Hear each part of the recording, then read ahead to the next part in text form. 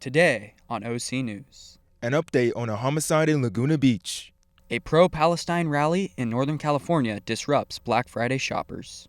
And students at Cal State Fullerton prepare for the end of the semester. All this and more coming up on OC News. It's just now in tech news. The first responder on the police. There's been a lot of collaborative efforts I over feel the blessed to be here in Fullerton. Brought to you by the Broadcast journalism students at Cal State Fullerton. OC News starts right now. Welcome to OC News. I'm Joshua Potts. And I'm Nathan Glendenning. Thank you for joining us this evening. A shocking murder in Laguna Beach had residents on edge. Reporter Olivia Morales has the chilling story. 27-year-old Tatum Goodwin's badly beaten body was found on the morning of November 12th in an alleyway just steps from her place of work. Her body was found by a construction worker around 8:20 a.m. It was insane because you don't think of Laguna Beach as the place where something like that is going to happen. Investigators quickly determined that it was a homicide. Cause of death? A fire extinguisher. She was last seen alive at local bars Hennessy's and the Marine Room, getting drinks after her shift at Carmelita's, where she was the assistant manager. All of these locations are within blocks of each other. According to data from the Laguna Beach Police Department to the California Department of Justice, this has been the fourth homicide since 2019 in the town of Laguna Beach. Maybe this sleepy little village by the sea might not be as safe as it seems. Goodwin's family held a vigil for her at the San Clemente Pier on the night of November 15th. That's the hardest part. She was alone fighting for her life, and you're helpless. You can't do anything. I'm sorry. At the vigil, her family and friends were notified about the arrest of her alleged murderer. Oh my God! Thank God! Thank God! Thank God! Thank God! He's been in arrest. 26-year-old Dino Rojas Moreno was arrested in Laguna Hills on suspicion of murder. His first appearance before a judge was on Monday, November 20th, and his bail was revoked. Private investigator and retired Laguna Beach Police Department employee Robin Levinson believes that Rojas Moreno might be eligible for the death penalty if he's found guilty. That's a decision that the district attorney's office makes, and some of the factors that they use to decide it is the weapon, the method of death, if they were lying in wait, kidnapping. Rojas Moreno worked in the same restaurant industry as Goodwin, and most recently, less than a mile from where she worked, was last seen and where her body was found. There is also a GoFundMe page for Goodwin's funeral costs and to try to build a memorial in her honor where her life was sadly taken. This is Olivia Morales from OC News, signing off. An alarm company is speaking out about crime rates in Fullerton. Reporter Dakota Penny has the full details. In the city of Fullerton, with property crime being at an all-time high, companies such as SSD Alarm are working to ensure safety to local businesses as well as the people that work in them. I think that there's, in general, a rise of certain types of crime, property crime, burglaries, robberies. I think that's definitely been increasing throughout Fullerton and the greater surrounding in California in general. In the recent years, the city of Fullerton has seen an alarming rise in crime. In a recent poll done by City Data, the 2020 crime rate in Fullerton was higher than 77.8% of U.S. cities. From 2019 to now, the Fullerton crime rate has risen by 5%. In the last 5 years, property crime, such as break-ins and vandalism, are higher than the U.S. average. At this time, local law enforcement is significantly understaffed when compared to the police presence in the state of California. If they are away from their businesses, we protect both the inside and the outside, where there oftentimes are, burglaries that take place or robberies that take place, and our systems will alert the police through our monitoring center. Here in downtown Fullerton, private security companies such as SSD aid in keeping local businesses and the people in them safer. Orange County Police Departments note that 65% of agencies reported having too few candidates applying to be law enforcement officers. 75% of agencies reported that recruiting is more difficult today than it was 5 years ago. And 25% of agencies reported having to reduce or eliminate certain positions, services, and units because of staffing difficulties. Being a security company, obviously I feel less threatened and safer knowing that I could come to work and knowing that my business would be monitored and taken care of. Our goal is really to reduce their loss as business owners. It's really devastating if they have a loss through a crime that really affects their bottom line dollar for dollar. So we do provide many of the local businesses with our services, and also I think that secondarily, because we're a local company, all of our employees shop here locally and help the economy here and help other businesses by eating and shopping throughout Fullerton. Local businesses and law enforcement are doing what they can to combat this increase in property crime in Fullerton, while larger private security companies work to make a difference in the city. This is Dakota Penny for OC News. Last Friday, ex-police officer Derek Shavin was stabbed at an Arizona prison. Derek Shavin, the officer guilty of murdering George Floyd in Minneapolis in 2020, was stabbed in a medium security prison in Tucson, Arizona. He's expected to survive the attack, but was seriously injured. The prison reportedly has a history of security lapses and staffing shortages. Minnesota Attorney General Keith Ellison told a news outlet, like any incarcerated individual, he should be able to serve his sentence without fear or retaliation of violence. Dozens more of Rite Aid stores close as the list continues to grow in the United States. Rite Aid is closing roughly 30 locations across the United States. The pharmacy chain are closing stores due to a recent bankruptcy court filing. The chain announced last month that it has to do with a part of their restructuring efforts. Rite Aid spokesperson Catherine Carter said the stores will be closing, have been underperforming, and will be closed to further reduce rent expense. The company plans to give their workers at closing stores the option to transfer to a different location. Rick Armendariz has been selected to lead Orange County's largest law enforcement agency. Reporter Jose Flores had the chance to speak with him. Gunshots, sirens, and paperwork. Common expectations for a day in the life of law enforcement. And for new police chief Rick Armendariz, he has made it to the top of this field. I feel very blessed and humbled to have been chosen to serve as the chief of police for this community, as long as I'm fortunate enough to wear these stars and sit in the chair. Prior to his time in Anaheim, Chief Armendariz served as the assistant chief in Modesto, demonstrating exceptional leadership and expertise. We were sad to see him go, but everyone was excited to see him, step into the role that he was designed for.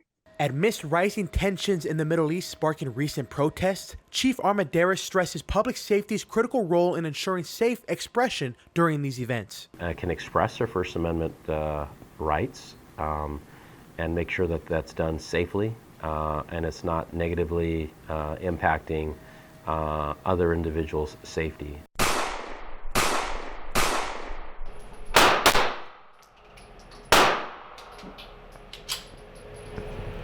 It's clear this profession is not for everybody, so it made Chief Rick Armendariz choose this field as the one he wanted to climb up on. Growing up, I've always was attracted to law enforcement, really public safety. It's what I saw on TV, whether it was CHIPS or Adam 12 growing up. Chief Armendariz fondly recalls a San Jose officer's friendly gesture in his youth. Now in Anaheim, he urges officers to build similar community bonds with residents. What we call 5-minute community policing. At the end of every call, you do have an opportunity to talk to people and explain. The chief's mission is clear and is outlined precisely in the department's blueprint. Really what the blueprint is basically the foundation of who we are as an organization. Having the mission, our mission is pretty straightforward: to maintain a safe community to live, work, and play. Managing the responsibilities of this demanding position is no small feat, and Chief Armendariz acknowledges the need to disconnect from the pressures of the role. There are times when you just need to disconnect, and how I do that, how I gain my solace is through family and friends and just enjoying those moments. His ability to unwind stands out in the high-stress environment of law enforcement in a bustling city. You know, we have a stressful job, especially being the police chief of a large city like Anaheim, and it's a very stressful job. It's not an easy place to be. But he's methodical. He looks at the facts. Chief Armendariz hopes to inspire the next generation looking to get into public service. Students interested in law enforcement, he wants you. Well, we're hiring. So I know that there's a lot of students that may be listening. We're hiring in many different jobs, not only police officers, but there's a lot of exciting careers in public safety. For OC News, I'm Jose Flores. Man, definitely have to wish best of luck to Rick Armendariz and really him as the chief in Anaheim, man. But we got to talk about Jose Flores out there in the gun range. He needs to take us, don't you think, Nathan? Yeah, I think he should take us next time. That'd be fun. But we're going to go take a short break real quick. But after that, 40 inches of snow are impacting the northeast of the country right now. Plus, 2 Palestinian college students in Vermont were shot and injured last week. Fullerton students prepare as finals approach and look forward to the end of the semester. This and more coming up next on OC News.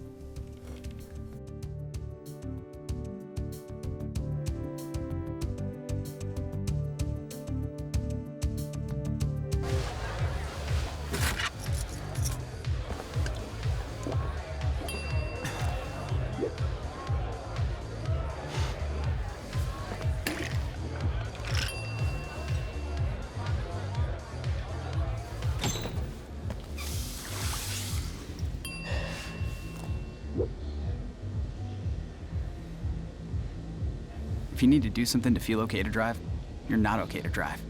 Don't drive buzzed.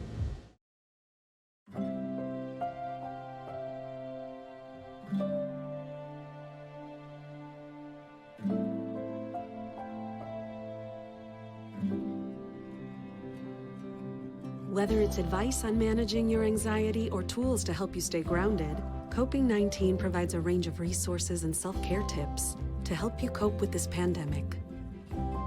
We can help. Find the resources that work best for you at coping-19.org. Black Friday was put on pause at the Arden Fair Mall in Sacramento because of a pro-Palestine rally. Hundreds of Palestine demonstrators rallied in California's capital on November 24th and entered the Fair Mall. Shoppers were interrupted this past Friday. A week prior to this rally, another protest interrupted at the Democratic convention nearby. Now we're going to toss it over to our weather reporter, Adam Garcia, who has the current weather report and 5-day forecast. Thank you, Nathan. And yes, definitely today it's cold, and now we're going to go to the current temps. The current temp today is 66 degrees with a low at 50. It was a beautiful day today in Cal State Fullerton with the sun up and out in the morning and the clouds during the day. Now the stars outside in the skies during the evening. The winds weren't that much with 3 miles per hour. The humidity is at 47%. The sunrise was at 6:36 a.m. and the sunset was at 4:42 p.m. So if you wanted to see the sunset, I'm sorry, you missed it. Now, to the 5-day forecast. The 5-day forecast today was pretty chilly. Tomorrow's going to be the same with 66 degrees as the high. Now we're going into the 40s as the low. It is cold out there, everyone. Please put a sweater on. It's getting freezing. We are from California. We all live in California. We are not used to this cold weather. Now, if you haven't gotten your thick blankets out of your closet, I don't know what you're waiting for. I got mine out last week with a big imprint of a panda from Mexico, of course. If you have a tiger on it, if you have any other animal, please get it out and put it on. On Friday, it's at a 67, so it's going to be good. Now we're going to the snowstorm. Tuesday's lake effect snowfall, sections of northern and western New York covered in a thick layer of snow, making travel dangerous and forcing the closure of schools. Overnight, the storm remained consistent, dumping more than an inch of snow every hour despite meteorologists' warnings that the winds up to 35 miles per hour might cause snow to blow and drift. Most neighborhoods east of Lake Ontario in New York received between 12 to 18 inches of snowfall, with isolated locations receiving significantly greater totals. The worst conditions were expected yesterday, with the heaviest snowfall in the higher terrains through the afternoon.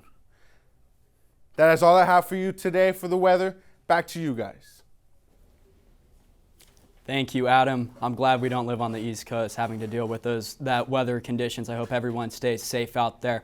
Cal State Fullerton students showed up this year for ASI's annual student art show. Elian Escalante has the story. Cal State Fullerton students are able to put their artwork on display for the campus to see. The student art show offers students with the opportunity to have their pieces showcased in the TSU Art Gallery for everyone to admire, while being able to compete amongst other students.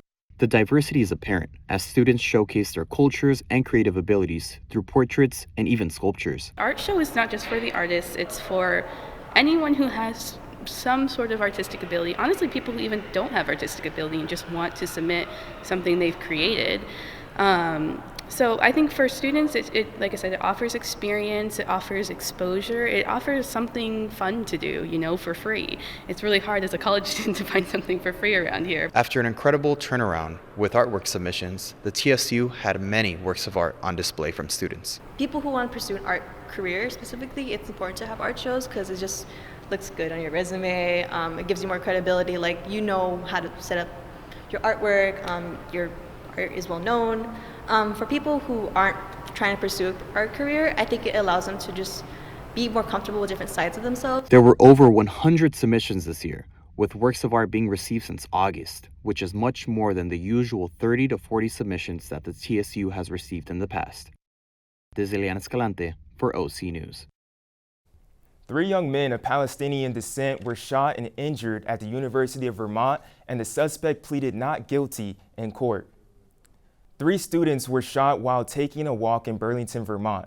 Family members said that the students came to the United States to study at the university because they felt they would be safer. Some family members even flew from California and even from the Middle East after the event occurred. This is the second act of gun violence this month in Burlington, Vermont. The suspect has been identified as Jason Eden and made his first court appearance on Monday. He pleaded not guilty and is being held without bail. Coming up next on OC News, strong winds topple a very prominent Christmas tree. This time of the year is notorious for stressful for college students, but they can't wait for what's next after the end of the semester. We'll be back in just 1 minute.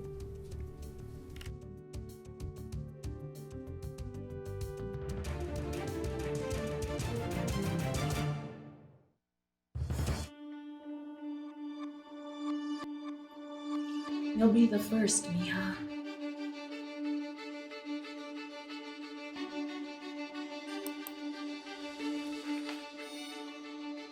I got in. Dad, I got in. You should know this one. Who knows it? So how's it going in school?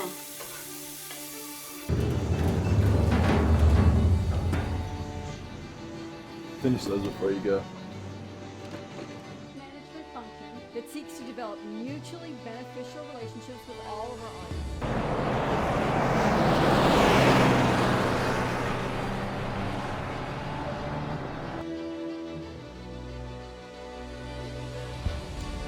Hey, do you know what this word means?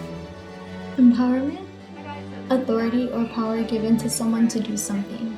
E M P O W E R M E N T.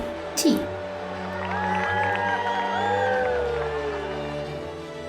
Empowerment.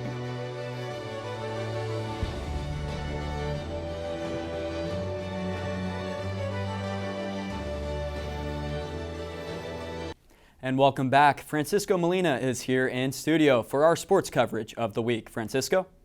That's right, everyone. We got the latest on Monday Night Football, and NBA season is in full swing, so let's check it out. Let's start off with what happened this past Monday, where the Chicago Bears came into Minnesota to take on the Vikings. We go to the first, where Justin Fields finds tight end Cole Maquette for the first down and more. However, this game remained scoreless until the second quarter, when Bears Brazilian kicker Cairo Santos ends the drought with an easy field goal. We now go to the Vikings now on offense with quarterback Joshua Dobbs, who throws hoping to reach Jordan Addison, but finds Jalen Johnson instead. And guess what? Johnson is going to make some noise with that bit of a return right there. We now go to the final seconds of the game where, that's right, Cairo Santos once again calls game and carries the Bears to win against the Vikings. And guess what? The Bears didn't even have to score a single touchdown. We now move on to the hardwood floor where the NorCal rivalry took place between the Sacramento Kings and the Golden State Warriors. These two teams battling it out in the NBA's first in-season tournament. We go straight to the fourth where these two are going head-to-head, and Andrew Wiggins comes through with the follow. The Kings were not done yet. Malik Monk taking the challenge from Wiggins with the sweet sidestep to put the Kings within one. We go to the final seconds of the game where Malik Monk once again goes in for the fadeaway this time and scores on Wiggins to now give the Kings the lead. Warriors have one final chance where Steph Curry goes to the center of the court but is just an inch short and finds the rim. Kings move on to the next round of the tournament. The Mavericks are making noise away from the court, and that's because team owner and billionaire entrepreneur Mark Cuban is reportedly selling a majority stake of the Dallas Mavericks. According to NBA reporter Mark Stein and Shams Charania, the Adelson and Dumont families are currently in process of buying the majority stake. The stake purchase is reported to be worth around a whopping $3.5 billion. Cuban bought the Mavericks back in 2000 for a total of $285 million. Cuban, however, will still retain shares from the team and have full control of basketball operations. It was recently announced that Mark Cuban also will not be joining Shark Tank for the following seasons.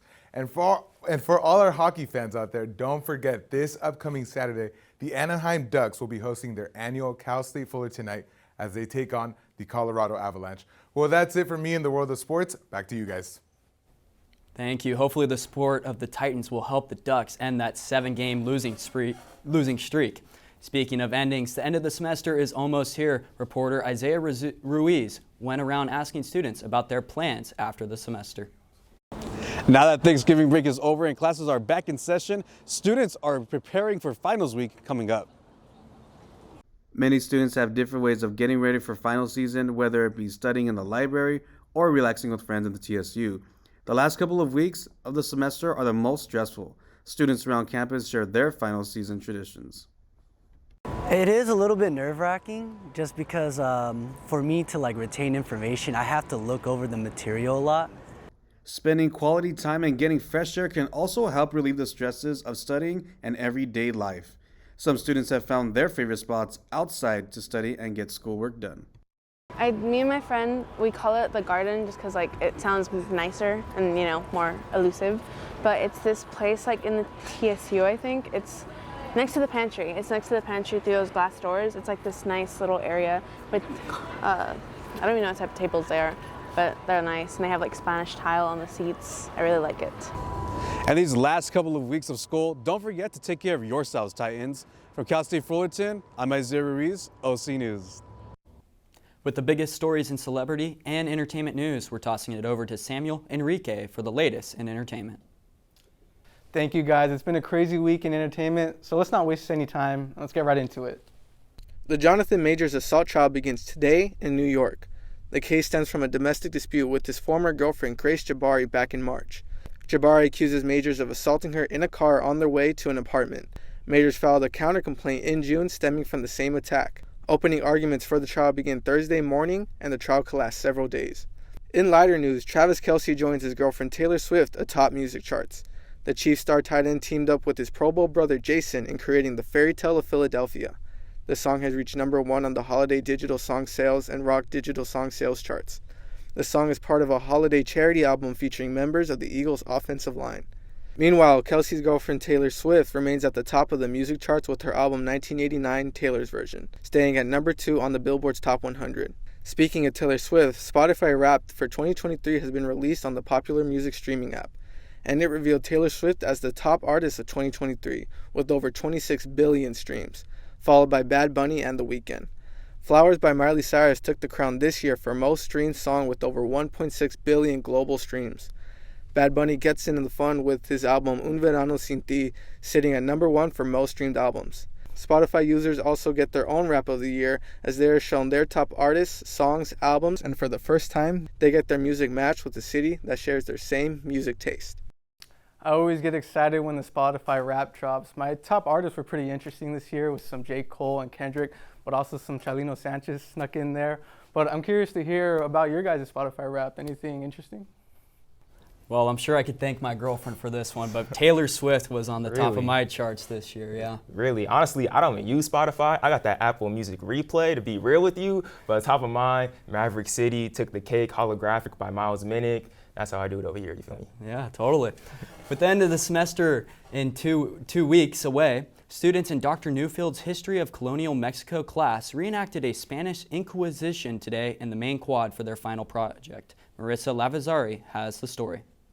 After losing a game of Jeopardy in the beginning of the semester, these two groups of students are currently putting on a reenactment of a Spanish Inquisition for their class final. They were the ones who, lost out. They got the last pick, and they have to embody the different officials, the different accused, and teach us about the Inquisition. The highest scoring team served as the officials, while the lowest scoring team represented the accused. It not only tested the students' historical knowledge, but also their theatrical skills.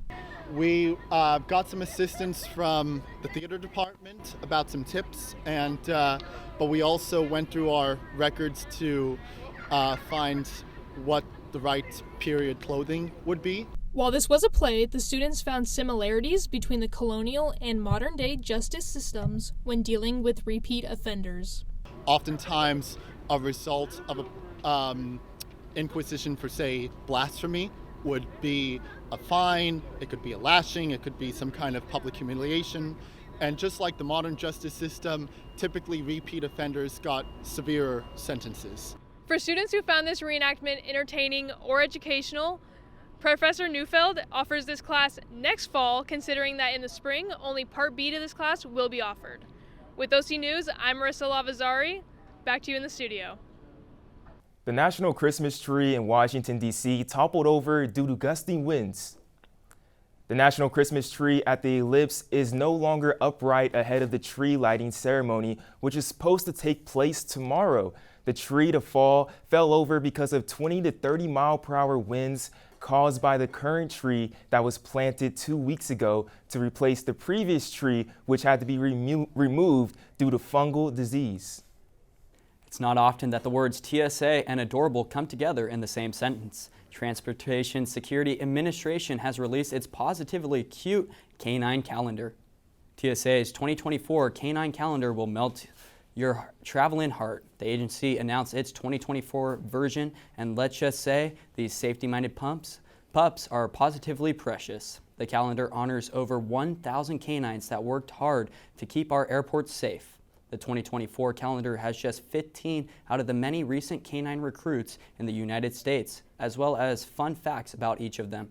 You can find the calendar at tsa.gov.